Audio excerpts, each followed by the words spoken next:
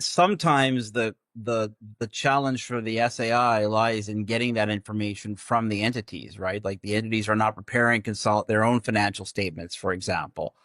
So do we blame the SAI entirely, or is part of the challenge is the SAI saying in their report, look, it took us forever because we had to get information from the line ministries, for example?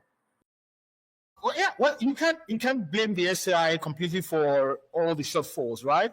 Like I mentioned earlier, there is a problem with the legal framework. So if you have a legal framework that does not spell out clearly to the Accountant General of the Federation on how much time he has to consolidate the financial statement and submit it to the Auditor General for review, you're going to have this kind of problem.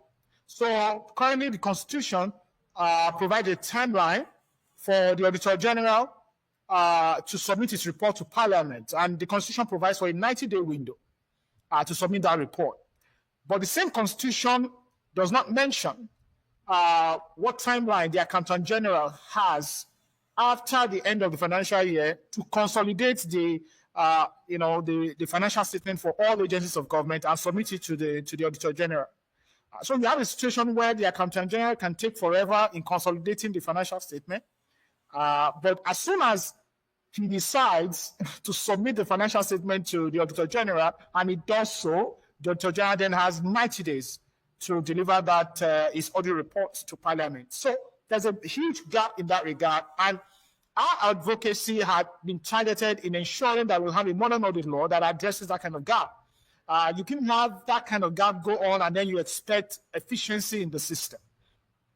So what we've proposed, and the bill that is currently before the National Assembly in Nigeria, which has been passed, incidentally, unfortunately, passed by the House of Reps, but still awaiting concurrence by the Senate. One of the clauses in that bill provides that the Accountant General shall now have 90 days as well in preparing his financial statements. And once he submits it to the Auditor General will also have 90 days in auditing the financial statement and submitting its audit report to Parliament. And the Parliament, which is a big deal here now, will now have 120 days, I think, if I'm not mistaken, in concluding the review of the Auditor General's reports.